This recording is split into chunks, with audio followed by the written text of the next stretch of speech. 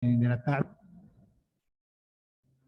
Sí. La primera ponencia va a estar a cargo del doctor César Torres Ruiz, evaluación y diagnóstico nutricional en el paciente hospitalizado.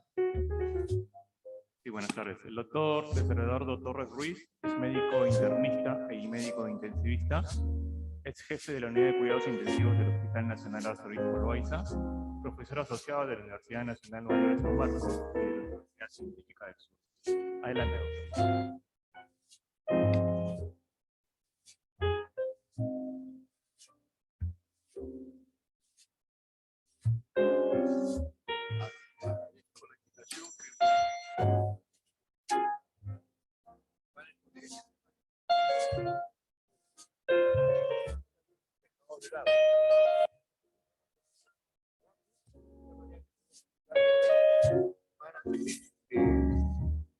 Vamos a tocar el tema de evaluación y diagnóstico nutricional en el paciente hospitalizado. Lo vamos a tratar, esas son las fronteras, vamos a hablar de nutrición hospitalaria hospitalizado. O sea, no vamos a tratar de niños y nutrición de manera ambulatoria, sino en el paciente que está hospitalizado. Ya sea en la unidad de cuidados intensivos, ya sea en pabellón de medicina o de cirugía, etc. Y vamos a hablar de evaluación nutricional. Evaluación nutricional ya está reconocido que el primer eslabón para dar soporte nutricional debe ser la evaluación nutricional. Claro, yo para tratar quiero saber de qué estoy hablando. Miren, hubo un congreso en Cancún, miren ya hace cuántos años, el año 2008, ¿no? Y en un artículo en el inciso 1B ellos dicen, ¿no?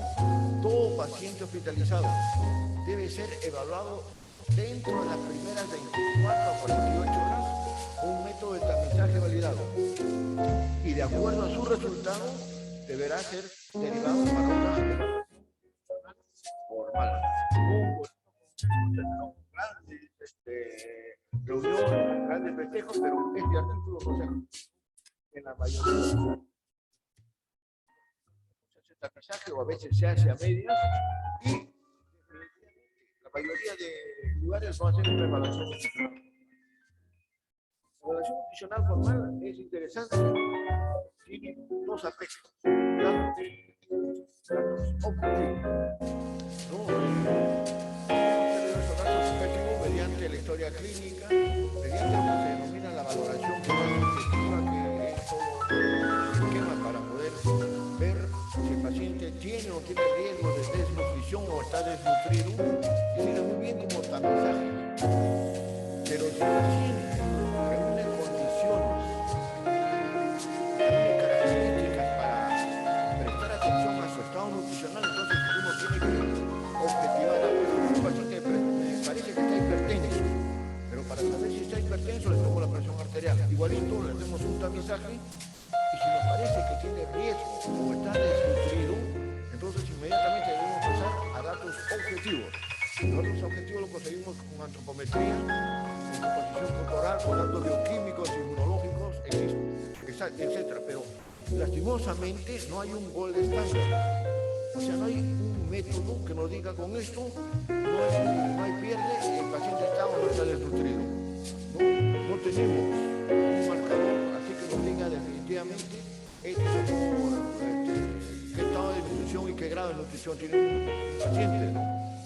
Este marcador debería cumplir algunos requisitos. Lastimosamente, todos los marcadores no cumplen este requisito. De tal manera que tenemos que hacer un conjunto de datos. Tenemos que tener un conjunto de datos a la cabecera del paciente para llegar a un diagnóstico nutricional. Todo estaba tranquilo, o más o menos tranquilo, hasta el año 1974. En el año 74, el doctor Bistria, que tiene varios artículos que son sumamente interesantes, el doctor Bistria, en conjunto con otros colegas más, publicaron en JAMA un artículo sumamente interesante. ¿Cuál era el estatus proteico de los pacientes quirúrgicos en un hospital nacional allá en Estados Unidos?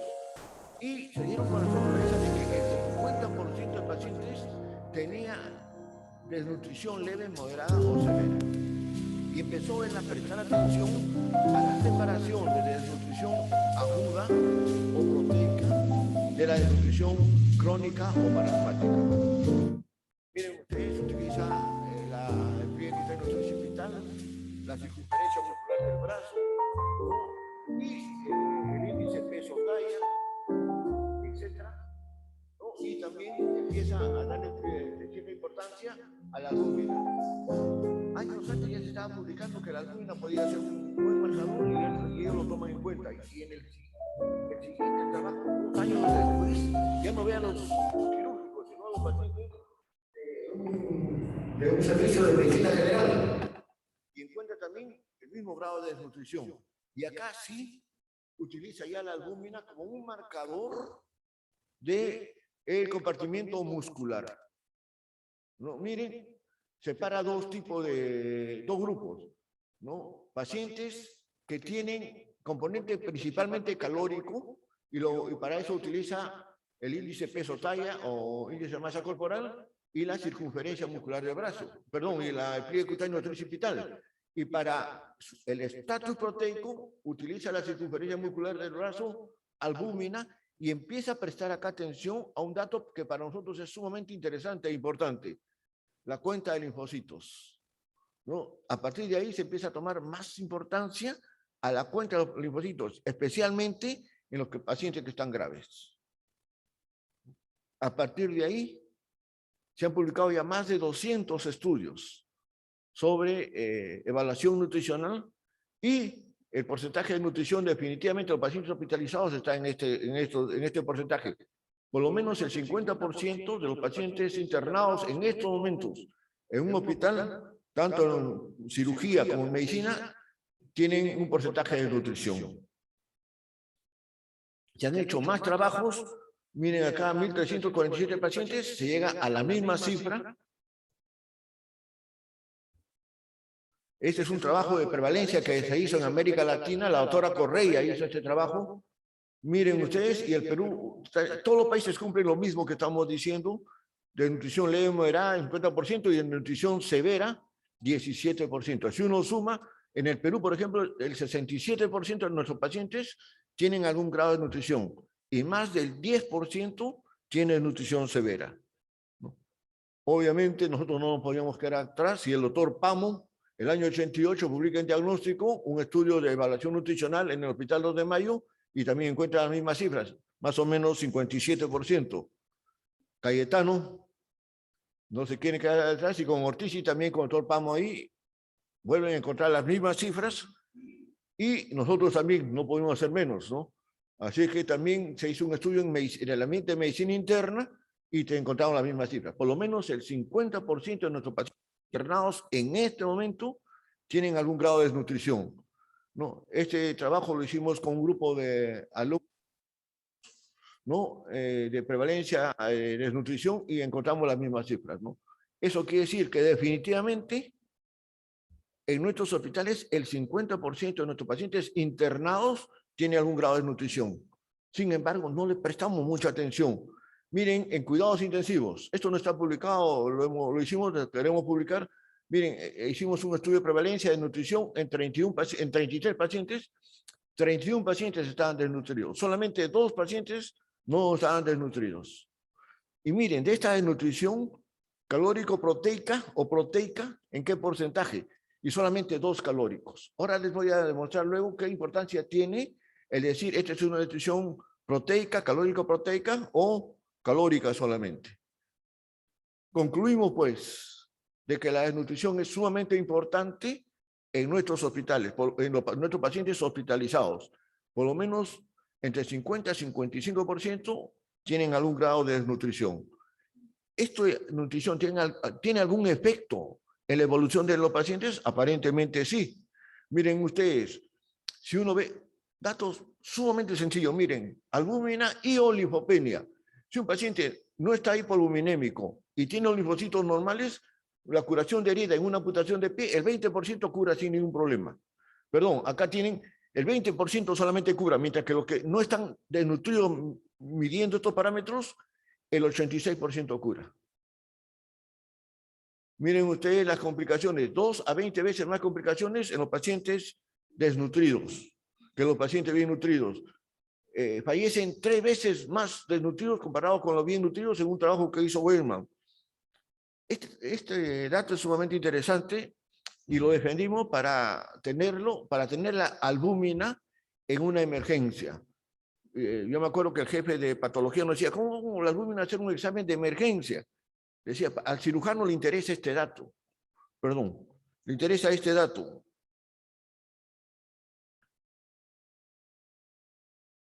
No sé, ratito, la computadora ha sido, no ha sido yo, ¿eh?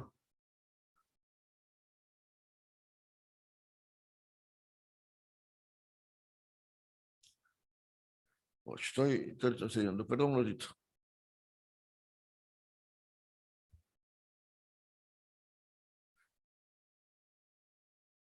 Al cirujano le interesa este dato. Si va a operar a un paciente y el paciente al que va a operar tiene una albúmina preoperatoria menor a 2.5, entonces, miren ustedes las probabilidades de desnutrición, de complicaciones, 4 veces más posibilidades de complicarse y 6 veces más mortalidad. Esto es importante para informar a los familiares antes de operar, por si acaso su paciente está hipoalbuminémico, puede tener más complicaciones, puede tener más mortalidad, ¿no? Es un dato que a nosotros nos sirve muchísimo. La disminución de peso, obviamente, un paciente que pierde peso, si pierde más de 10% de peso a lo largo de 6 meses, tiene 19 veces, no 19%, sino 19 veces más mortalidad. Y para nosotros, por ejemplo, en UCI, si nosotros vemos disminución de albúmina y disminución de linfocitos, nuestros pacientes se van a complicar más y va a haber mayor mortalidad. Concluimos pues que la desnutrición es importante en los hospitales y la desnutrición tiene efectos deleterios importantes en la evolución de un paciente. Sin embargo, no hacemos evaluación nutricional. Yo los desafío. ¿Cuántos hemos hecho evaluación nutricional? Poquísimos. No se hace evaluación nutricional. Si no se hace evaluación nutricional, no se puede hacer seguimiento nutricional. Y donde sí hacemos algo es de intervención nutricional. Llamamos, por favor, hay que dar a la nutricionista, por favor, denle nutrientes, o a USNA, por favor, hay que darle nutrición parenteral, etc. Preocupados por la intervención nutricional, pero no hacemos ni evaluación ni seguimiento nutricional.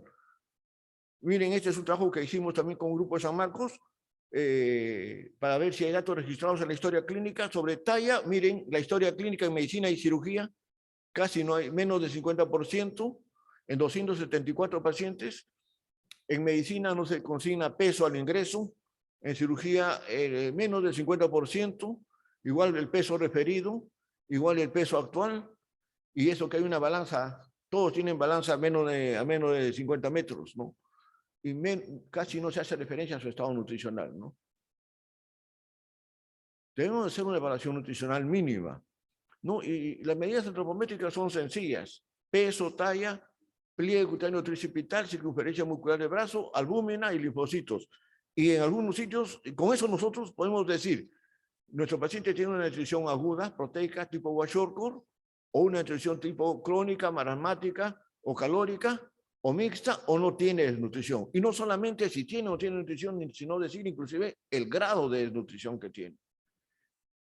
Esto es importante para que haya una intervención nutricional apropiada. Yo les pregunto, ¿cuántas veces hemos hecho diagnóstico de este tipo de nutrición? No lo hacemos, ¿no? Los métodos son sencillos: clínico, antropométrico, bioquímico e inmunológico. Nuevamente, nosotros también le hemos agregado nitrógeno urinario total, que consiste solamente en pedir cuánto está la urea en orina 24 horas. Y con eso nosotros podemos medir grado de catabolismo, hacer balance nitrogenado y ver qué cantidad de requerimientos nutricionales tiene un paciente. Y eso es dinámico. Podemos cambiar la cantidad de proteínas que tiene que recibir de un día para otro.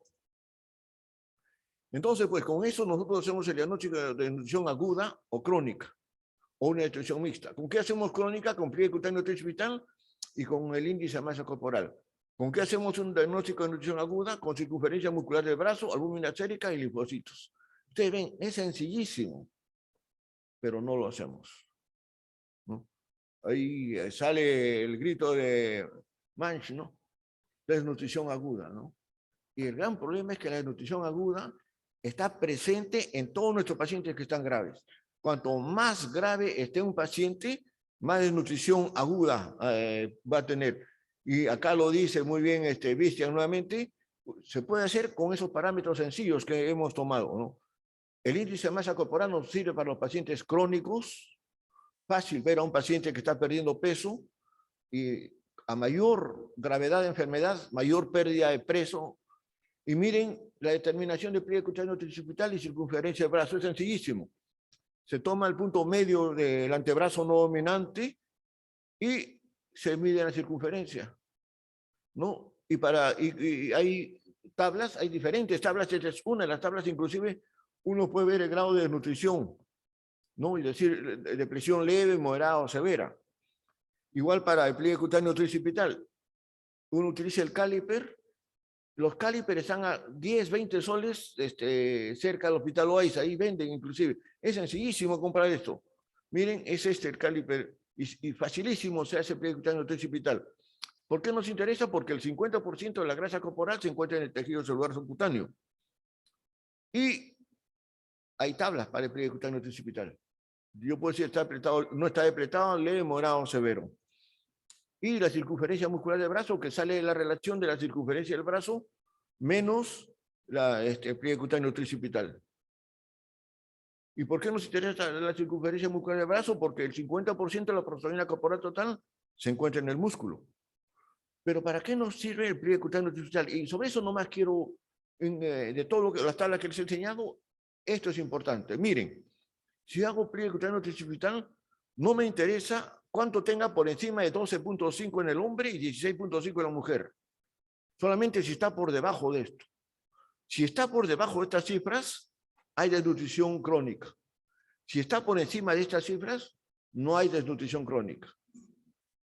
Esto es importantísimo, miren. Si está por debajo de 12.5 en el hombre, por ejemplo, hay desnutrición crónica.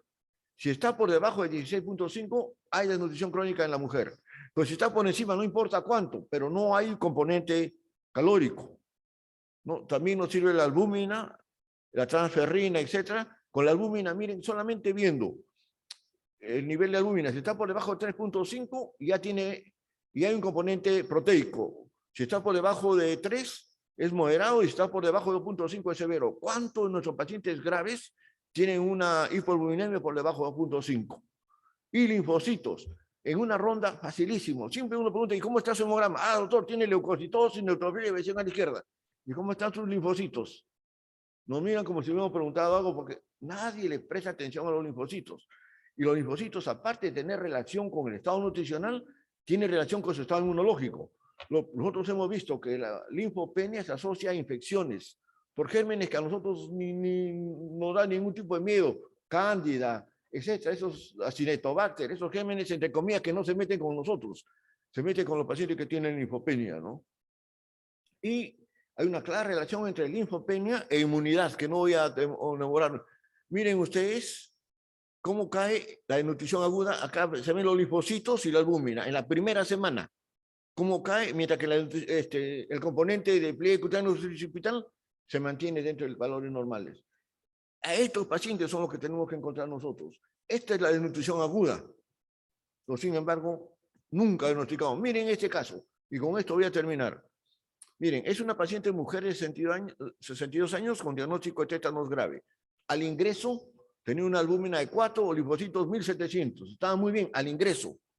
Al segundo día, una albúmina de 3.1 y linfocitos, miren, ya había bajado.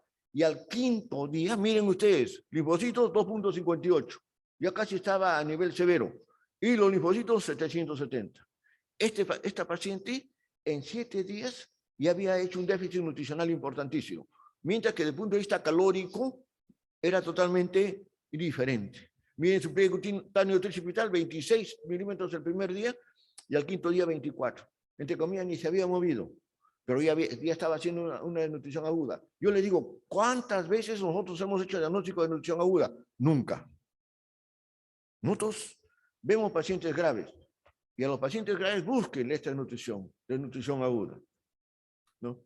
Miren, había ocurrido exactamente lo que había mostrado acá. Esta paciente, su pliegue cutáneo tricipital casi no se había movido y en la primera semana habían caído sus linfocitos y su albúmina. ¿Quién no diagnostica acá desnutrición? Hasta, entre comillas, la persona que está en la puerta haciendo pasar a los pacientes está desnutrido, no hay, esta es una desnutrición calórica. Miren su pliegue cutáneo nutricio hospital, 3 milímetros. ¿No? Esta es una desnutrición calórica. La desnutrición calórica se evidencia fácilmente. Sin embargo, miren, tiene su albúmina en 2.6, linfocitos en 1480, también tiene un componente proteico. Esto es una desnutrición mixta. Pero ¿quién diría que este tiene desnutrición? Es un paciente obeso grave, ¿no? Su albúmina 2 o 1.5, linfocitos 500, 600. Es como si fuera un sándwich. Ustedes conocen el chinito, nosotros conocemos mucho el chinito allá en el Loaiza. Es como si un sándwich tuviera una buena porción de grasa y una porción de carne que a nosotros nos gusta. Y se ve por fuera así, muy bueno. Pero se le quita la proteína, se le quita la carne, queda la grasita. Y la grasa no deja que el sándwich se vea mal. Uno sigue viendo que hay un buen sándwich, pero ya no hay proteínas. Es grasa. Igualito acá, miren ustedes. Imagínense cómo está su músculo diafragmático. Este paciente no va a salir del ventilador. Va a ser infecciones. La candidiasis feliz de estar ahí, ¿no? O gérmenes que a nosotros no nos hacen nada. Acinetobacter, etc. Es un desnutrido agudo que pasa desapercibido. ¿Quién diría que este paciente es un desnutrido agudo? ¿No? Por eso, busquemos esa desnutrición aguda. ¿No? Los parámetros son sencillos, hay que adiestrarnos para esto, ¿no? Por último, la desnutrición, ¿cuáles son sus efectos en el paciente hospitalizado? Tiene mayor tasa de infecciones, mayor tasa de complicaciones, alteración en la cicatrización de heridas, aumento del tiempo hospitalario, incremento de la mortalidad, mayores costos hospitalarios, mayor porcentaje de reingreso, ¿no? De tal manera que, por eso es que me gustó mucho cuando nos invitaron para dar esta charla, porque es un tema que es importante, ¿no? El 50% de nuestros pacientes hospitalizados tienen algún grado de desnutrición, ¿no? Y hay que ir a la búsqueda de la desnutrición aguda. Gracias. Gracias, doctor Torres. Muchas gracias, doctor.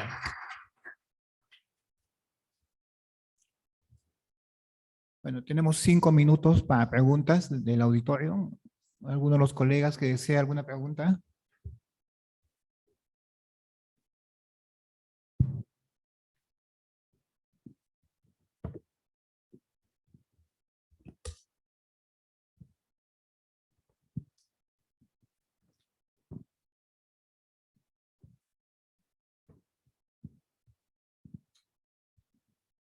Buenas tardes. Deseaba hacer una pregunta sobre el manejo nutricional y el enfoque que tendría que tener frente a un paciente cirrótico, en el contexto de un paciente Child B, Child C, que el paciente cursa ya con una hipoluminemia. ¿Qué tipo de enfoque en el manejo y en el diagnóstico nutricional tengo que hacer para optimizar el estado del paciente? Esa es una pregunta muy interesante, ¿no? Bueno, hipoluminemia, ¿qué hay con el paciente cirrótico, con el paciente con síndrome nefrótico, con el paciente con diarrea crónica? Sí, nosotros manejamos eso, ¿no? Entonces podemos decir, esta hipoluminemia corresponde, por ejemplo, al paciente que tiene cirrosis. Pero lo importante es cogerlos al inicio, ¿no? O sea, cuando, por ejemplo, un paciente que ingresa con una cirrosis descompensada, etcétera, tiene 2.5 de albúmina porque no sintetiza sencillamente el hígado, ¿no? Pero si estando así, su albúmina empieza a disminuir y ya empezamos a sospechar de que hay un componente proteico, ¿no? Pero felizmente no son los más. Es un pequeño porcentaje, ¿no? La mayoría ingresa por otras patologías, ¿no? Por una neumonía, por los cirujanos, ¿no? Y en esto sí, los cirujanos nos llevan siempre a la delantera porque ellos se enfrentan a pacientes que hace un día estaban sanos y hacen una peritonitis por una apendicitis y al día siguiente están graves, ¿no? Por eso que ellos, cuando uno ve nutrición, quienes más están enterados y encuentran mayores publicaciones es en los libros de cirugía, antes que en las revistas de cirugía, antes que en las revistas de medicina, ¿no? Pero hay que salvar esas tingencias, es cierto. Los pacientes con cirrosis, por ejemplo, como les digo, los pacientes con síndrome nefrótico, etcétera, pueden tener una hipolinemia, pero nosotros identificamos ahí de que la hipolinemia también se debe a eso, ¿no? O sea, es algo que se suma, ¿no? Muy buena pregunta.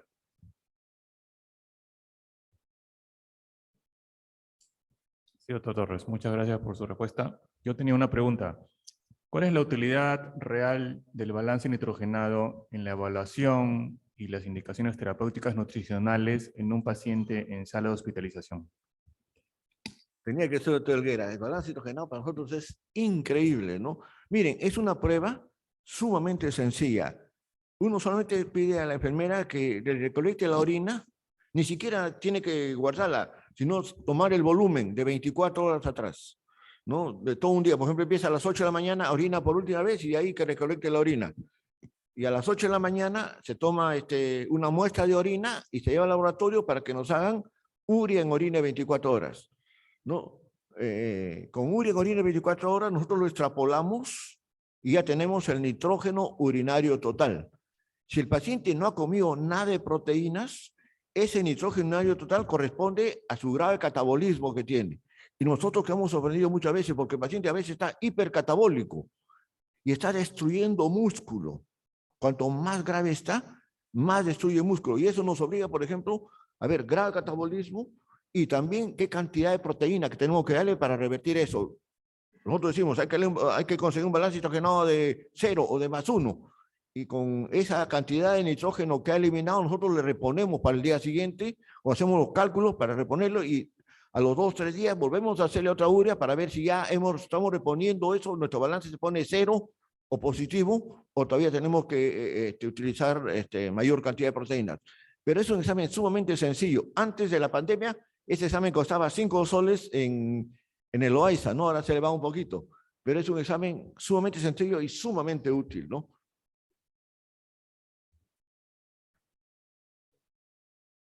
¿Alguna otra pregunta del auditorio? Si no hay más preguntas, agradecemos la ponencia del doctor César Torres y lo agradecemos con un fuerte aplauso.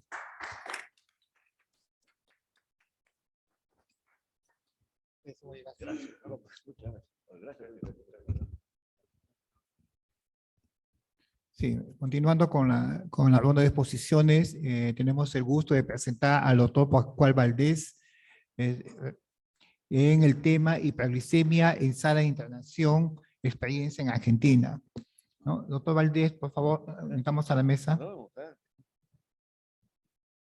Hola, buenas tardes. Sí, voy a estar acá un poco más bajo porque me va a doler mucho el cuello si miro desde ahí, así que... Sí, un momentito, doctor Valdés, un momentito, por favor, Vamos para a dar presentar lectura a al su hoja doctor de vida. Pascual Valdés, una hoja de vida bastante larga. El doctor es magíster en salud pública y en bioética, especialista en clínica médica, terapia intensiva, medicina general y familiar, geriatría y gerontología, recertificado en todas esas especialidades.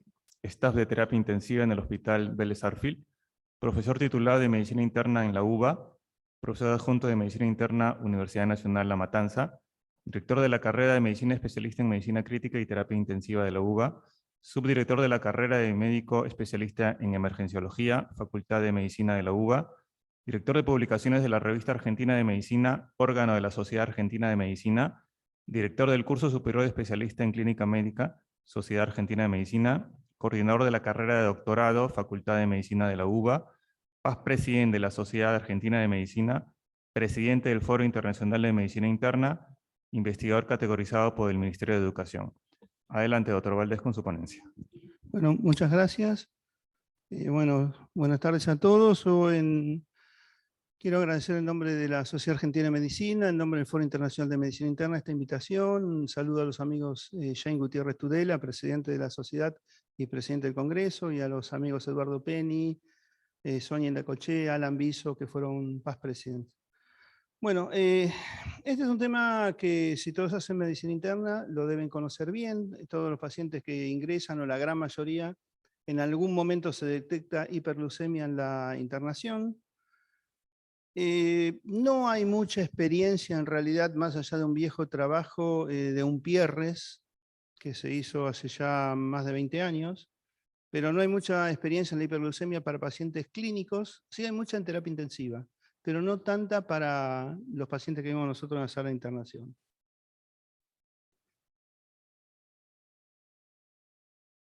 Bueno, algunos conceptos generales. Sabemos que históricamente se dice que la hiperglucemia tiene más mortalidad, unas estadías más largas y más complicaciones en los pacientes que se internan, ¿no? Que a su vez las guías recomiendan, obviamente, bajarla, mejorarla con insulina, pero tener objetivos laxos para prevenir hipoglucemias, porque la hipoglucemia mata más que la hiperglucemia. Y hacer un dosaje de glicosilada para diferenciar diabetes de hiperglucemia de estrés en el caso del paciente no se conozca diabético, ¿no? Pero toda esta evidencia está más que nada basada en trabajos en la terapia intensiva, en los cuidados intensivos. Este es lo que era hasta hace poco tiempo la Biblia de la hiperglucemia nasal, es un trabajo del doctor Umpierres, que trabajó con 2030 pacientes en un trabajo retrospectivo en el año 98, ya hace 24 años, donde encontró que la hiperglucemia tenía una prevalencia del 38%, a su vez, bueno, había un 26% que tenían historia conocida de diabetes y 12% que no se sabían diabéticos, o sea que cada 3 que entraban con hiperglucemia, 2 eran diabéticos y 1 no. No se conocía, o sea, el paciente que no se conoce diabético puede ser diabético o puede ser hiperglucemia de estrés, ¿no? Pero a su vez se encontró que la mortalidad de los que tenían hiperglucemia de estrés era de un 16%, en comparación con los que se sabían diabéticos, que era un 3%. Bueno, esto fue una observación de hace 24 años. Estos son algunos estudios que hablan de cómo manejar la hiperglucemia en pacientes internados y hay, digamos, dos tendencias. Uno es el manejo intensivo de la glucosa y otro es el manejo más paulatino, más tranquilo, ¿no?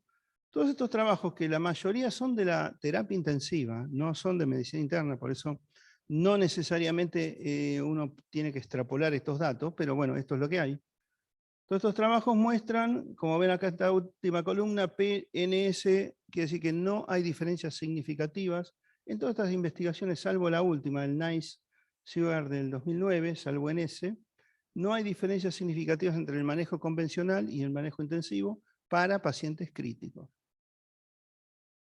¿Estudios fuera de la terapia intensiva? No hay muchos. Lo que hizo Umpierres en la primera pantalla que vimos fue una recopilación retrospectiva, no fue un estudio prospectivo.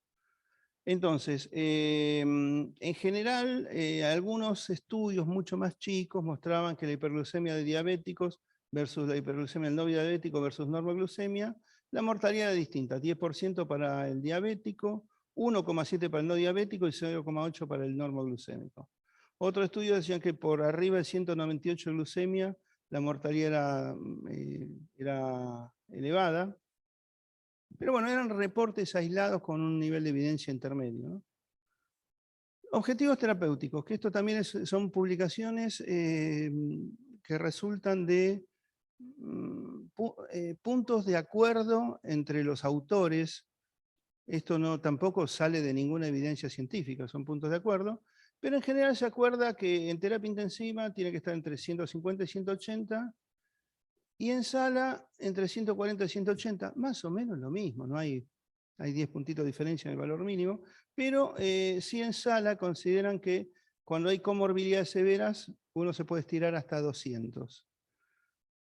Y dividir la terapéutica en pacientes que tienen ingesta y que no tienen ingesta. Los que tienen ingesta, un bolo basal de insulina intermedia, los que no tienen ingesta, un bolo basal de insulina lenta, y eventualmente correcciones según tirilla. Y esta es una de las cosas que hay bastante acuerdo. El objetivo, ¿cuál sería? No recomendado ni menos de 110 ni más de 180. Con sus flexibilidades, esto de no más de 180. Y aceptable entre 110 y 140 y recomendado 140 y 180, opinión de expertos, ¿no? Pero bueno, viendo algunas otras miradas, este es un grupo de los endocrinólogos en el 2012, publicaron, bueno, arrancar con 0,2 o 0,3 unidades kilo en personas de más de 70 años o con clearance algo disminuido, con 0,4 si la glucemia está entre 140 y 200, y con 0,5 unidades kilo entre 201 y 400. Considerando una terapia hipoglucemiante no insulínica cuando el paciente está clínicamente estable, considerando tener cuidado con metformina porque puede tener complicaciones, y tener metas menos estrictas si la persona tiene comorbilidades crónicas o si tiene tendencia a la hipoglucemia. Después, también mirar un poco el contexto, ¿no? Y dividirlo como objetivos en las glucemias de ayuno y o precomida o la postprandial. Tiene un objetivo entre 100 y 140 en la de ayuno y 100 a 180 en la postprandial. Ahora, en pacientes terminales o con poca expectativa de vida, y ahí uno se puede correr hasta 200. Y acá reiteramos cuidados intensivos, 140 a 180. La otra pantalla decía 150. Bueno, distintos autores publican, pero con pequeñas diferencias, ¿no? Y acá un poco más de lo mismo. Acá estamos con los adultos mayores, con una complejidad intermedia y alta, tener un objetivo preprandial entre 150 y 180 y postprandial nocturno entre 110 y 200. Vemos que en estos rangos entre 110 y 200 es en líneas generales para pacientes de sala, general, postquirúrgico, terapia intensiva, adultos mayores, comorbilidades.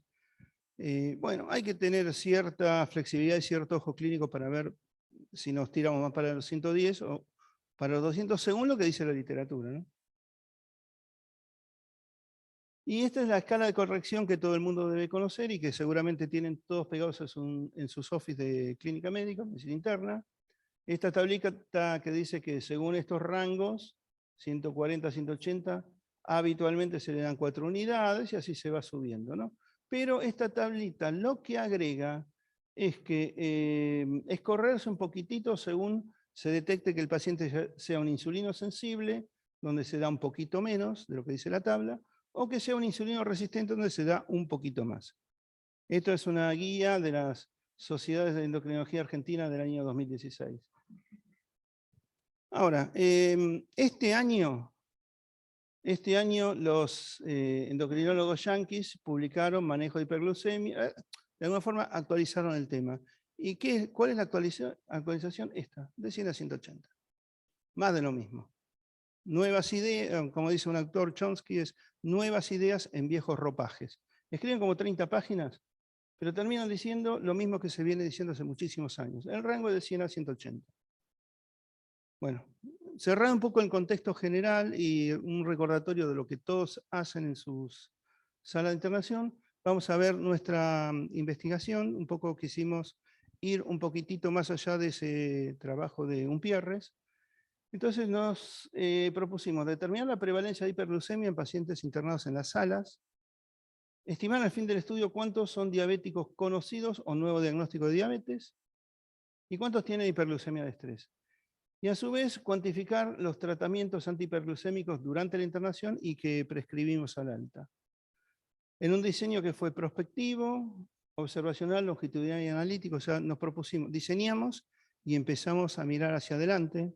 Esto es una de las grandes diferencias con el trabajo de Umpierres. Incluimos a todos los pacientes en sala de clínica médica o pacientes clínicos en salas indiscriminadas, porque a veces hay salas clínico-quirúrgicas, o sea que incluíamos a todos.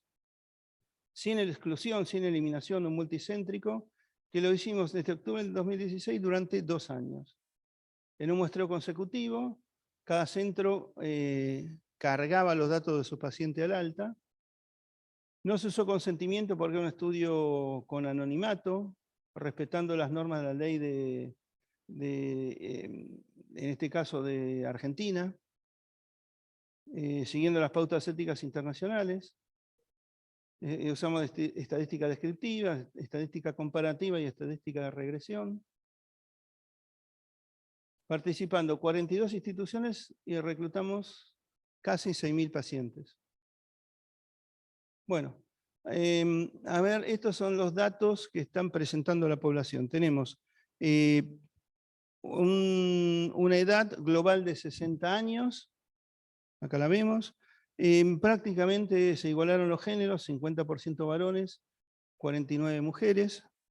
La procedencia de los pacientes en un 73% fue desde el departamento de urgencias. La media de internación fue de 12 días.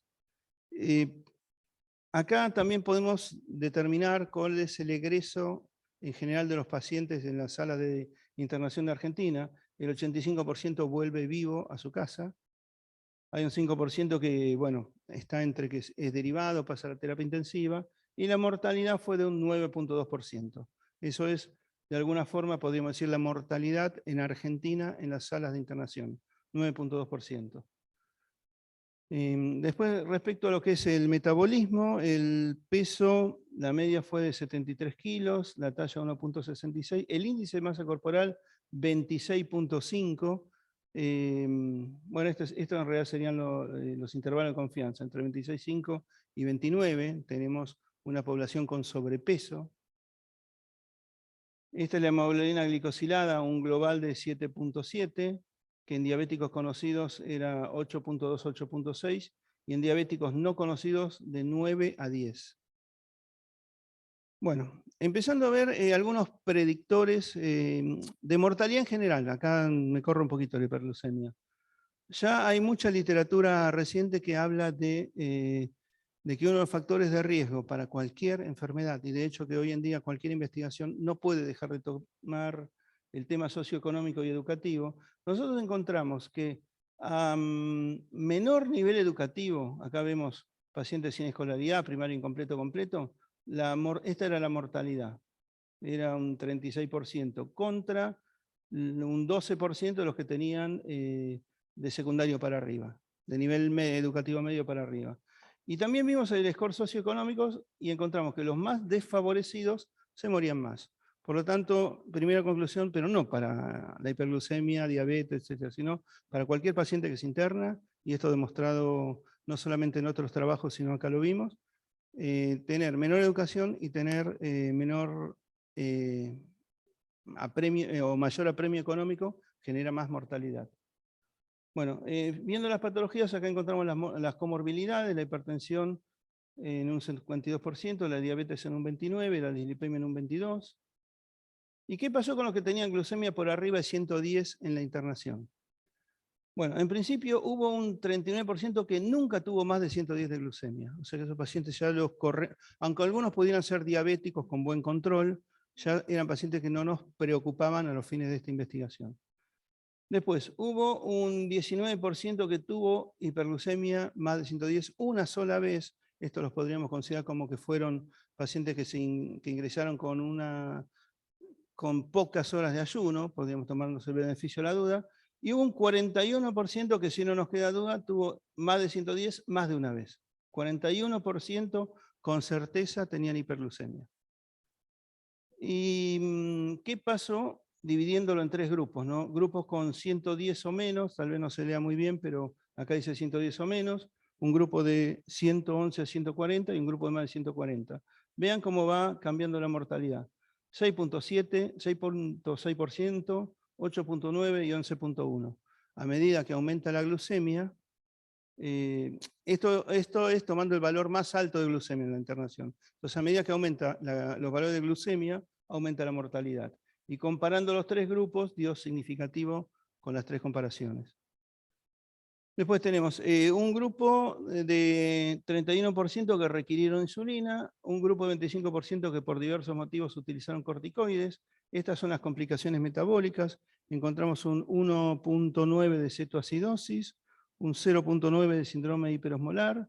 Y acá vean esto, la hipoglucemia asintomática un 3 y la sintomática un 1.4. O sea, hubo un 4.4 que hicieron hipoglucemia en algún momento de la internación. ¿Cómo quedaron categorizados? Bueno, el 46 quedó como normoglucémico, el 4 como hiperglucemia de estrés, el 28 como tipo 2, un pequeño grupito, un 1% como tipo 1, y hubo un 21% que por no disponer en los centros de hemoglobina glicosilada quedó como, por lo menos, rotulado de hiperglucemia no tipificada. Después veremos cómo fue la evolución de ese grupo, pero quedaron rotulados como no tipificada. Ahora, ¿qué pasó con los que recibieron esta pantalla? Se refiere más a la hipoglucemia como complicación. ¿Qué pasó con los que recibieron o no insulina en la internación y se hicieron hipoglucemia? Acá arriba en rojo vemos la sintomática y en azul acá abajo la asintomática. ¿Qué encontramos? El 3.4 que recibieron insulina presentaron hipoglucemia sintomática versus el 0.4 de los que no recibieron insulina. Entonces, primer punto, ojo, recaudo con insulina. Y después, respecto a la asintomática, el 6% de los que recibieron insulina presentaron hipoasintomática versus el 1.7 de los que no recibieron insulina. Entonces vean, 3.4 y 6.1 de los que reciben insulina les bajó en algún momento la glucemia. Este es otro punto que es medicación al alta. Acá tenemos la medicación previa al ingreso y la medicación al alta, donde yo lo que quiero remarcar más que nada es lo azul. El azul es la insulina. Vean acá la línea, nos vamos para el alta y vean cómo la línea está más alta. De 711 pacientes que ingresaron con insulinoterapia, se fueron 889. Acá hay una primera conclusión. Rompemos un mito, que los clínicos no insulinizan. Ese es un mito. ¿No? Por lo menos en Argentina se corre mucho. Vieron que está acá esta pelea con los diabetólogos, quién da la insulina. No sé si acá en Perú está también ese tema de quién coloca insulina, si la coloca el clínico, si la coloca el diabetólogo. Bueno, acá nosotros en la internación demostramos que los clínicos insulinizan al alta. Respecto a la cantidad de días de internación, vean este punto. La hiperglucemia de estrés tuvo 16 días, los diabéticos tipo 1, 9, los tipo 2, 14, y los de hiperglucemia no tipificada, 14.5. Estaban rondando entre los 16 del estrés y el 14 de los diabéticos tipo 2. Esta es la pluripatología, esto lo vimos con el score de Charson. El score nos dio un promedio de 2 para todos los pacientes, pero los que fallecieron tenían un Charson de 3.8. Cuando analizamos la mortalidad según patología, vemos que todo lo que está recuadrado es asociación significativa. Vemos que prácticamente todas las patologías, en forma individual, se asociaron a mayor mortalidad. La que no se asoció a mayor mortalidad, llamativamente, fue la diabetes. Otro punto es qué pasa con las infecciones. Entonces, los pacientes, fíjense acá, en columnas el normoglucémico, hiperglucemia de estrés, notificada tipo 1 y tipo 2. Sin infección arriba, con infección abajo. Entonces encontramos que los que tenían hiperglucemia de estrés, los que tenían diabetes, tuvieron más infecciones que aquellos normoglucémicos con un p-valor altamente significativo. ¿Y qué pasó con la mortalidad según tuvieran o no tuvieran hipoglucemia? Bueno, la mortalidad global de los que no tuvieron hipoglucemia fue de 8.9. Y vean las que tuvieron, acá está la sintomática, está la suma. Todos los que tuvieron hipoglucemia, la mortalidad fue el doble, casi el doble, 17.3. Entonces, la hipoglucemia es crítica en la sala de internación y se asocia a insulina. Así que, ¿hay que usar insulina? Sí, hay que usarla, pero hay que usarla con mucho recaudo. Porque esos pacientes que reciben insulina mueren más por hipoglucemia. Después veremos los beneficios. Acá analizamos el tema de la discapacidad al egreso. Encontramos que el 74% egresaron lúcidos. Pero acá esta franja roja, verde y violeta es los que tenían deterioro cognitivo leve, moderado, severo. Acá esta línea nos muestra la asociación entre mayor score de Charson y mayor deterioro cognitivo al egreso. Y acá miramos el tema de, porque esto también es un tema que uno mira desde el punto de vista sanitario, la necesidad de cuidador al alta. El 60% no tenía necesidad, pero un 31%, uno de cada 3, requirió cuidador al alta. O sea que este es un tema también que para mirarlo desde el punto de vista sanitario. Bueno, acá tenemos las tablas tal vez de las más importantes. En una comparativa, acá tenemos los 3 grupos, la normoglucemia, la nueva hiperglucemia y la diabetes, ya sea conocida o diagnosticada. O sea, todos los que tenían nueva hiperglucemia y se pudo diagnosticar diabetes, fueron para este lado. Entonces, veamos, la edad era 64 años en promedio para la nueva hiperglucemia y para los diabéticos, y de 58 para los no diabéticos o normoglucémicos. En general, el género no cambió mucho. La media de glucemia más alta para el grupo normoglucémico fue 109, para el grupo 9 hiperglucemia fue 158, y para los diabéticos conocidos diagnosticados fue 254. Esto de alguna forma nos marca que todos estos pacientes que estaban, o la gran mayoría de los que estaban con hiperglucemia no tipificada, estaban en un rango de glucemia no tan alto, no tan diabético, por decirlo de alguna forma, ¿no? Como que era más probable que su diagnóstico final fuera hiperglucemia de estrés. Y acá, bueno, la glicosilada dio 5.5 en este grupo como promedio, en los diabéticos fue de 8.6. Los promedios de estadía, 10 para la normoglucemia, 14 para la no hiperglucemia, 14 para los diabéticos. O sea que los de no hiperglucemia se comportaron como pacientes un poquitito más graves que los normoglucémicos. La mortalidad fue de 7 para el normoglucémico, 8 para el diabético, y vean este número, 14.4 para la nueva hiperglucemia. O sea, los que tenían nueva hiperglucemia o hiperglucemia de estrés se morían más, no siendo diabéticos. Cuando se comparan entonces los tres grupos, encontramos menor edad en los normoglucémicos, índice de masa más alto en diabéticos, hipertensión más alta en diabéticos e hiperglucémicos, glicosilada más alta en diabéticos, día de estadía menores en normoglucémicos, mortalidad mayor en la nueva hiperglucemia, necesidad de cuidado de la alta fue menor en los normoglucémicos. Y esta es otra diapositiva también importante, que esta también marca una diferencia y un avance en este terreno de conocimiento. Acá vamos a ver, divididos en tres grupos, los que tenían 110 o menos, 111, 140 o más de 140. Tres grupos. Y si usaron insulina o no usaron insulina, y cuántos se murieron de los que usaron y cuántos se murieron de los que no usaron. Entonces, cuando agarramos el grupo de 110 o menos, los dos usaron insulina porque algunos eran diabéticos bien controlados y necesitaron insulina en la internación, ¿no? Pero la diferencia entre los que usaron y no usaron en 110 o menos fue no significativa. Ahí no hay problema en usar o no usar. En el grupo 111 a 140 o más de 140. Y les recuerdo que en una de las primeras pantallas que vimos, desde los 111 la mortalidad va aumentando. O sea que todos los que tienen de 111 para arriba se mueren más. Ahora, cuando yo les doy insulina a ese grupo que se muere más, si están entre 111 y 140, la mortalidad es de los que no usaron insulina 8.9 y de los que sí usaron insulina 8.9. Diferencias no significativas. O sea, con más de 111 tiene más mortalidad que si tuvieran 110 o menos. Y la insulina no cambia la mortalidad en ese grupo.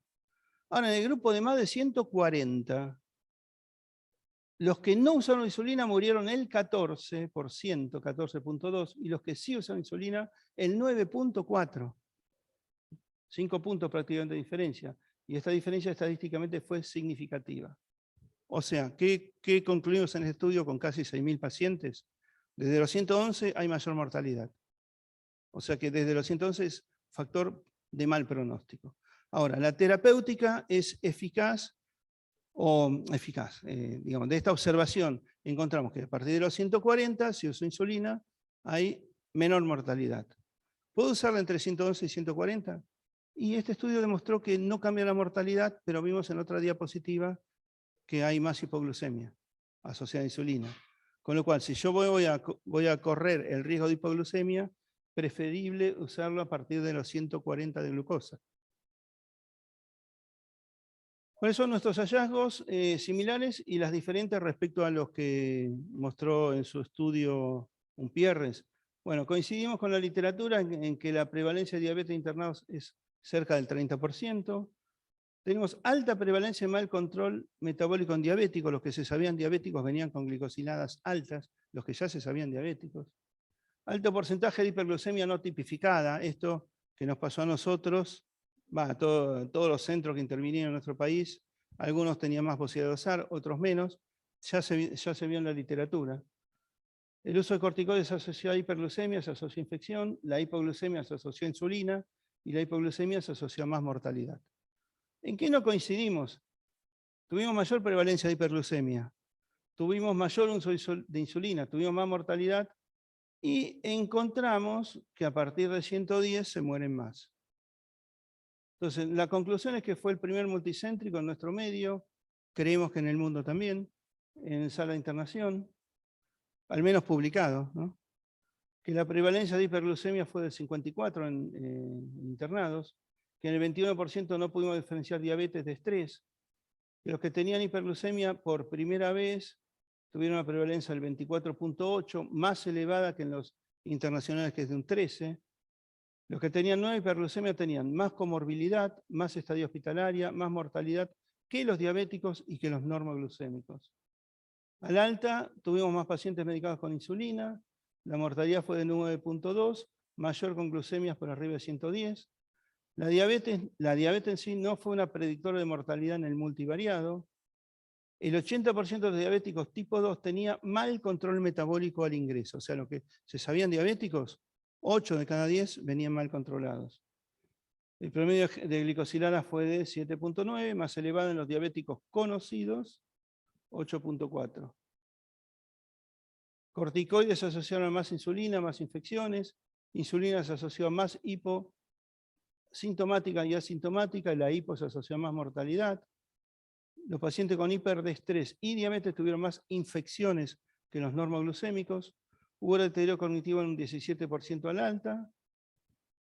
El uso de insulina no marcó diferencia de mortalidad en el grupo ni de menos de 110 ni el de 111-140, pero sí dio menos mortalidad en aquellos con glucemia de más de 140.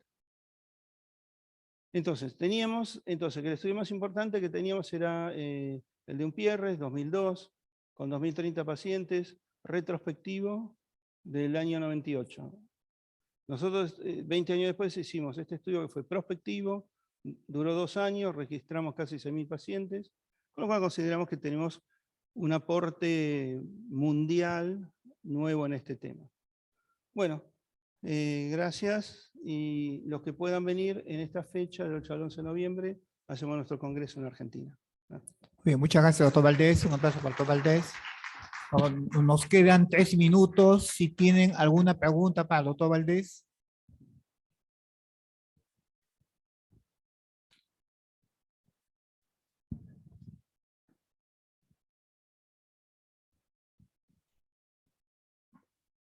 A ver, colegas, ¿alguna pregunta para el doctor Valdés? Sí, doctor.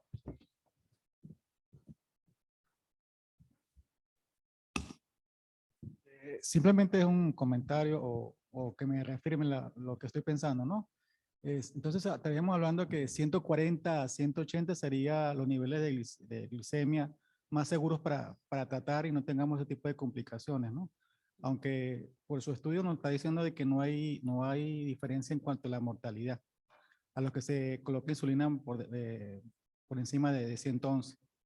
¿No? Perdón, no hay diferencia entre 111 y 140, sí por arriba de 140. Ok, ya.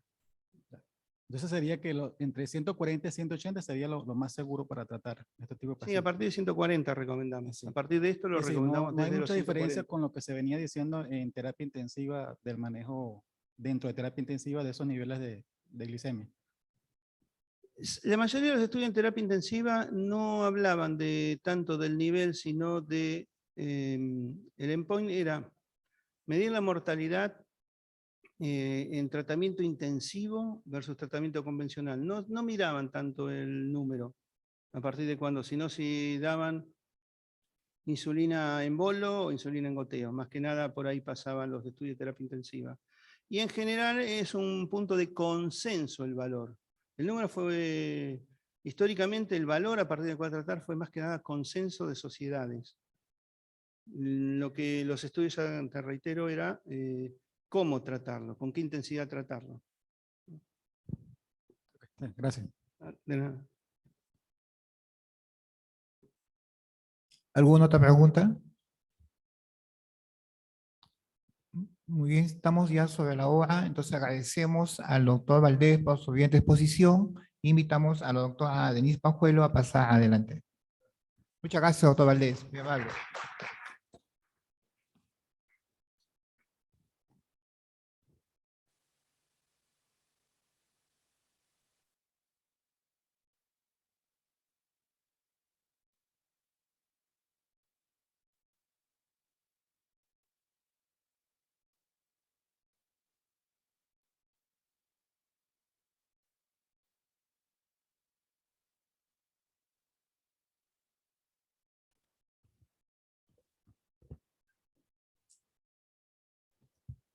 Continuando con las ponencias de esta tarde, vamos a presentar a la doctora Denise Pajuelo García.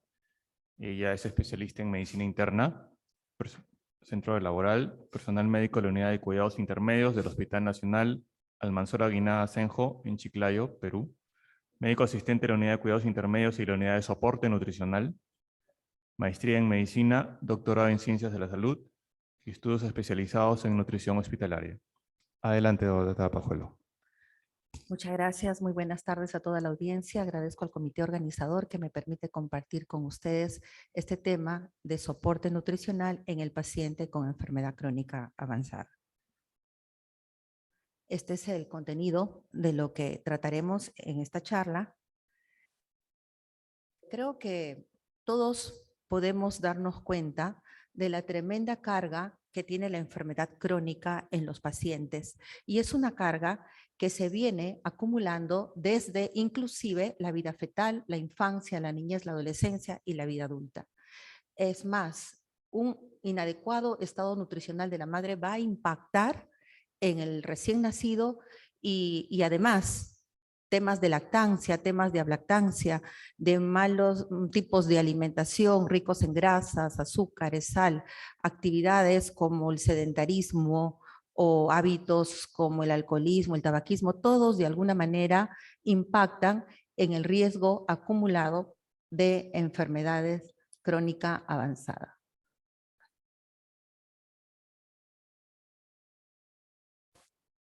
Creo que nos podemos dar cuenta que existen cambios demográficos a nivel mundial que han cambiado el tipo de pacientes que cada vez vemos. Vemos pacientes con mayor esperanza de vida, pacientes más longevos y con enfermedades crónicas. Todo esto realmente ocasiona un reto a nuestros sistemas de salud. El Perú también forma parte de este sistema en el que de repente no estamos preparados para afrontarlos. Entonces, es importante saber esto para poder prepararnos y poder atender a la población que cada vez es mayoritaria en nuestros centros. Asimismo, sabemos que a mayor edad, menor función, menor reserva fisiológica, mayor fragilidad, mayor situaciones como dependencia, disminución de la capacidad, sarcopenia, etcétera. Asimismo, hay que reconocer cuán preparados están nuestros sistemas de salud, cuán preparados estamos los profesionales de la salud respecto de todos estos temas y qué grande es la carga que tiene que afrontar el profesional de salud, el paciente, sus cuidadores, su familia.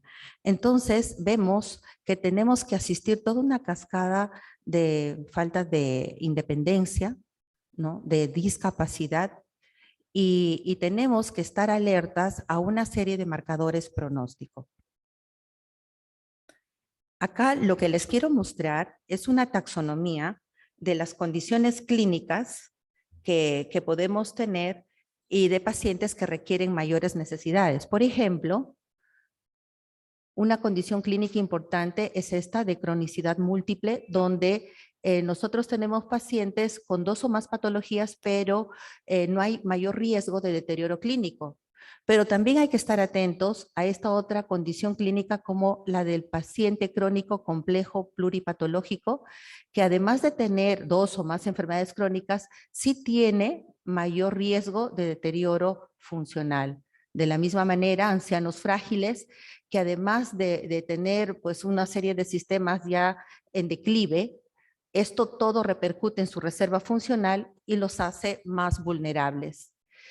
Y lo que nos ocupa en esta reunión es de la enfermedad crónica avanzada, que son estos pacientes crónicos, complejos, pluripatológicos, pero cuyo compromiso clínico es más grave, por lo tanto, su pronóstico de vida más limitado y, ojo, acá hay que prestar atención a la necesidad que van a tener estos grupos de pacientes en los cuidados paliativos. Entonces, se hace necesario, con anticipación, planificar algún tipo de atención particular pensando en optimizar la calidad de vida. Esta lámina quisiera que no la perdamos de vista y de repente es con lo que nos vamos a quedar de toda esta charla. ¿En qué sentido? En este estudio, lo que quisieron hacer es evaluar la percepción del profesional de la salud, del paciente, de su cuidador y de su familia en 3 grupos de patologías. La línea roja corresponde a los pacientes oncológicos, la línea azul a los pacientes con enfermedades crónicas y la línea verde a los pacientes con demencia y enfermedades neurológicas. Y de repente nos puede llamar la atención que no obstante hay una disminución en la función, pero esta disminución de la función es leve de este grupo de pacientes oncológicos. ¿Qué ocurre con los pacientes oncológicos? Al parecer, el solo hecho de tener un diagnóstico de cáncer hace pensar a los profesionales de la salud en que hay que optimizar una serie de cuidados, todos dentro del marco de los cuidados paliativos, de los cuidados nutricionales, de terapias especiales, etcétera. De tal manera que evidentemente mejoramos la calidad del grupo, la calidad de vida de este grupo de pacientes. En este trabajo igual señalan que podría haber existido un sesgo en la selección de pacientes oncológicos, lo deja claro. Sin embargo, observemos estos otros 2 grupos. La línea azul que nos muestra un grupo de pacientes con enfermedades crónicas en los diferentes órganos, en determinado momento presenta intercurrencias que va a motivar que ingresen al hospital para hospitalizarse para el manejo generalmente de intercurrencias del orden infeccioso, ¿no? Y el grupo de los pacientes con demencia y enfermedades neurológicas, vemos que esta curva progresivamente se va deteriorando. ¿Qué ocurre con estos 2 grupos? Al parecer, no hay la percepción de que estos pacientes se pueden deteriorar. Y es más, no encontraron que esta falta de percepción de atención y de cuidado es en los profesionales de la salud, claro, además de sus cuidadores y de su familia. Entonces plantean que debería tempranamente identificarse a los pacientes que podrían encontrarse en estas situaciones para que realmente se les brinde un tratamiento de la enfermedad y cuidados de largo plazo, obviamente antes que lleguen pues ya a una situación de terminalidad. Bien, es necesario, como podemos ver, una valoración multidimensional que generen una serie de planes de cuidados multidisciplinarios en donde nosotros podemos darnos cuenta que en el manejo de este grupo de pacientes puede haber una línea estrecha entre amerita tal cuidado o también nos podemos ir al extremo, al encarnizamiento diagnóstico terapéutico. Entonces nos manejamos en esa línea y de repente no tomamos adecuadamente las decisiones. La recomendación es que este tipo de pacientes, al momento que se hace el diagnóstico de estas patologías crónicas, debería hacerse la evaluación nutricional. Vemos que la prevalencia mundial de enfermedades crónicas sigue en incremento y que si antes se pensaba que esta patología era más frecuente en los grupos socioeconómicos altos, ahora vemos que se han incrementado en países, en grupos socioeconómicos de bajos ingresos, de ingresos medios bajos. Entonces, quiere decir que estas prácticas, este estilo de vida, estos cuidados sanitarios, realmente tienen problemas. Los factores que intervienen de alguna manera en la enfermedad crónica avanzada pueden ser de este orden. Factores genéticos, epigenéticos y ambientales. Obviamente no vamos a hacer nada respecto de estos 2 tipos de factores, pero sí vamos a hacer algún cambio en lo que corresponde al ambiente. Hay factores de riesgo que son prevenibles, dentro de los cuales está evitar malos hábitos alimentarios y evitar estas prácticas de inactividad física y algunos hábitos poco saludables. Entonces, con respecto a esto, la desnutrición condiciona una serie de cambios a nivel de la composición corporal. esta denominación desnutrición asociada a la enfermedad tendríamos que empezar a usarla. ¿Por qué? Porque cuando nosotros estamos frente a un paciente, este paciente, sea cual fuese la patología que tiene un fondo fisiopatológico de inflamación de alguna naturaleza, leve, moderada o severa. La enfermedad misma va a ocasionar en el paciente síntomas gastrointestinales como hiporexia, anorexia, náuseas, vómitos, llenura precoz, problemas malabsortivos, los cuales sumados al desequilibrio de las adaptaciones metabólicas, entonces vamos a tener un paciente que generalmente no se va a alimentar adecuadamente tanto en sus macro y micronutrientes y vamos a ver una elevación del gasto energético de reposo, un aumento del catabolismo leve, moderado, severo, dependiendo de la patología que esté presente, y entonces vamos a tener una malnutrición relacionada con la enfermedad, que si la inflamación es del orden moderado, pues estaríamos hablando de malnutrición relacionada a las enfermedades crónicas. En este caso es importante notar, les decía que la desnutrición también significa que va a alterarse los compartimentos corporales del individuo y de su estado metabólico. Todo esto genera una disfunción de los diferentes órganos, aparatos y sistemas. Y algo muy importante que nosotros de repente no le prestamos importancia, cuando el paciente presenta esta desnutrición, al haber esta alteración de los mecanismos metabólicos, va a haber un mayor desgaste de su masa magra. Pero ¿cuál es el componente de la masa magra más importante? Es la masa celular corporal. Es más, la literatura señala que cuando esta masa celular corporal se pierde alrededor del 35 o 40%, no hay ninguna intervención nutricional que cambie la historia natural y ese paciente se va a morir. Entonces, eso es muy, muy importante. El gasto sanitario asociado a desnutrición durante la hospitalización, calculado por la Sociedad Europea de Nutrición Enteral y Parenteral, es del orden de 170 billones de euros anuales. ¿Cuál es el impacto entonces de la desnutrición? Ya lo dijeron en la primera charla, el doctor César Torres habló de manera importante sobre estos aspectos, pero rápidamente vamos a señalar que la desnutrición tiene consecuencias clínicas a nivel de toda la economía corporal. A nivel cardiovascular, tenemos un problema que puede llegar inclusive hasta la insuficiencia cardíaca. A nivel renal, de la misma manera, reduce el filtrado glomerular. A nivel respiratorio hay un problema de la ventilación, de la capacidad vital. A nivel muscular disminuye la masa muscular, la fuerza muscular, mayor riesgo de caídas, mayor incapacidad. A nivel neurológico, depresión, ansiedad, alteraciones cognitivas. A nivel digestivo, malabsorción, alteraciones del ecosistema intestinal, de la barrera intestinal, esteatosis hepática. A nivel inmunitario, inmunosupresión. A nivel endocrino, disminución de la tasa metabólica basal. A nivel de la cicatrización, pésima cicatrización, mala recuperación, complicaciones posoperatorias.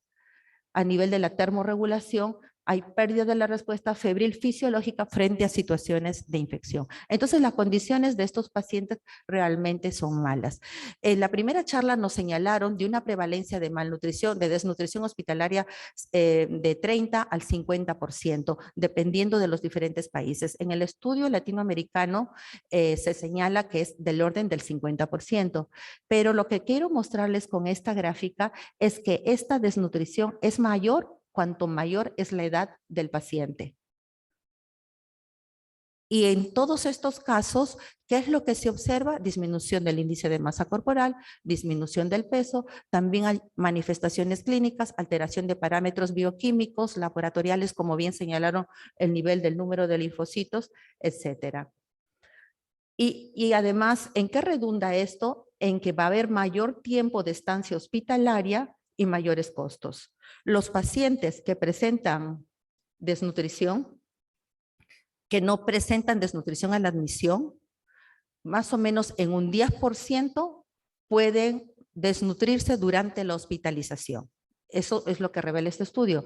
Y de los que ingresaron a la hospitalización desnutridos, por lo menos más del 70% se va de alta desnutrido. además de la variación que significa en costos, no llegar con desnutrición e irse desnutrido, prácticamente el doble de costos en la atención sanitaria. Entonces, para resumir el impacto de la malnutrición, de hecho, aumento en la morbilidad, incremento de la susceptibilidad a infecciones, problemas de cicatrización, problemas en la masa muscular, complicaciones y fallas en el tratamiento, mayor estancia hospitalaria, reingresos, convalescencia aumentada, aumento de mortalidad, más costos en salud, pésima calidad de vida y problemas en la capacidad laboral. Esto me pareció muy importante. Malnutrición en medicina interna, la importancia de una gran desconocida. Cuando lo encontré realmente me impactó. Y bueno, lo que señalan en ese documento es que el médico internista tiene una gran responsabilidad en cuanto a su participación activa en la atención global en el entorno hospitalario. ¿Por qué? Porque se debe identificar tempranamente el riesgo nutricional o la desnutrición. ¿Esto qué va a originar? Que se intervenga precozmente, que se modifique la evolución del paciente. Reportaba el doctor César Torres que casi no se hace evaluación nutricional y consideré mostrar estos resultados. Este es un estudio donde revisaron historias clínicas y vieron que en las historias clínicas solo estaba consignado el peso del 17% de los pacientes que sí estaban desnutridos. Quiere decir que se hace un diagnóstico de desnutrición y no se tiene el peso del paciente.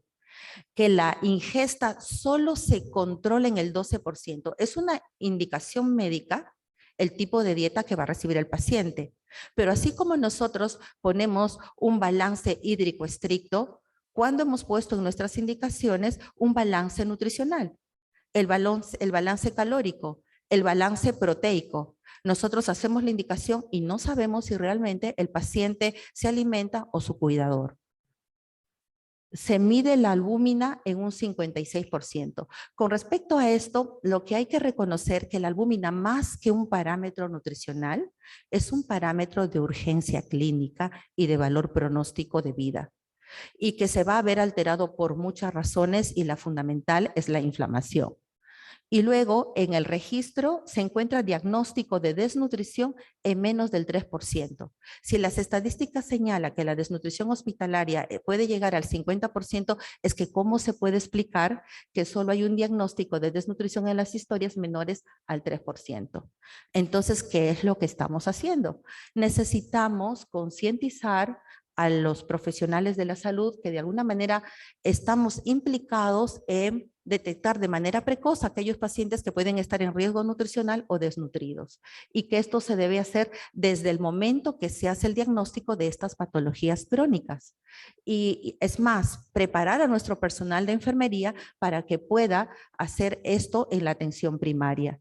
¿Por qué no decir, así como tenemos un sistema de vigilancia epidemiológica, un programa de vigilancia de infecciones intrahospitalarias, por qué no empezar a plantear que deberíamos tener un programa de vigilancia nutricional donde se implementen los instrumentos de valor nutricional de seguimiento y de alta de estas condiciones?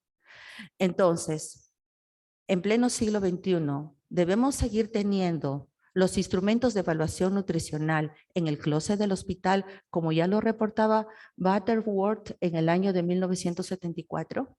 Es un compromiso que realmente tenemos todos.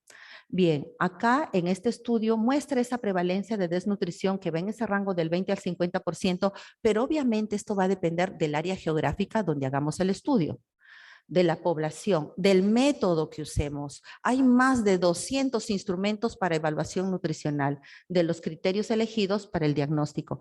En este cuadro vemos que utilizando el Mini Nutritional Assessment en su forma corta o en su forma total, o la valoración global subjetiva, la desnutrición es del 73%, 50 más 18, 68, 69%, 46 más 20, 66%. Entonces, todas ellas por encima del 50%. La Sociedad Americana y Europea de Nutrición Enteral y Parenteral sugieren en las guías utilizar algunos de estos instrumentos. El Malnutrition Universal Screening Tool, el MUST, o el NRS 2002 o el Mini Nutritional Assessment, que es para la población geriátrica. Y bueno, considerar una valoración funcional tan simple como la medición de la fuerza máxima de presión de la mano con un dinamómetro. Solo rápidamente, no para aturdirnos con las letras pequeñas, pero este instrumento incluye índice de masa corporal, porcentaje de pérdida de peso y si el paciente va a comer los siguientes 5 días de su hospitalización. Luego de tomar nota, se pone la puntuación y si tiene un punto riesgo intermedio, si tiene 2 o más riesgo alto, a este grupo de pacientes se tiene que intervenir nutricionalmente. El NRS 2002 tiene 4 preguntas simples. ¿El índice de masa corporal es por debajo de 20.5? ¿El paciente ha perdido peso en los últimos 3 meses? ¿El paciente ha disminuido su ingesta en la última semana? ¿Está el paciente gravemente enfermo? Basta que el paciente tenga un sí, seguimos con el resto. Si no, ese paciente puede esperar a su siguiente evaluación o screening en 5 días o en 7 días. Y luego, esta parte más amplia solo es para precisar qué porcentaje de pérdida de peso y en qué tiempo, 3 meses, 2 meses o 1, y qué porcentaje de ingesta, 50 al 75, 25 al 50% o menos del 25%. Y luego, algo importante que no perdamos de vista, las patologías que le imprimen determinada demanda metabólica a los pacientes. Si nuestros pacientes son enfermos crónicos avanzados, van a tener pluripatología. Entonces, cada una de ellas le imprime una demanda metabólica al paciente y le va a sumar más puntos. Y se le agrega un punto adicional si este tiene más de 70 años, porque las razones que hemos señalado desde el inicio. Y este es el Mini Nutritional Assessment en su forma corta que solo tiene 6 ítems que está en relación al apetito, que está en relación a la pérdida de peso, a si el paciente es independiente, se moviliza o no, si tiene alguna situación de estrés o problemas neuropsicológicos y solo un parámetro antropométrico que es el índice de masa corporal. Pero el paciente geriátrico de repente no se puede parar, no lo puedo pesar, entonces sugieren la medición de la circunferencia de la pierna en la parte más prominente. Punto de corte, 31 centímetros. Entonces, hecho eso, igual se hace una suma de los puntos y se determina el riesgo. Ahora, esto en relación a la valoración funcional, el simple apretón de manos, ¿no? La medición de esta dinamometría se hace 3 mediciones, se toma el promedio o se toma la mejor cifra. Y entonces, ¿qué nos sugiere esto? Esta dinamometría predice que el paciente pueda presentar complicaciones.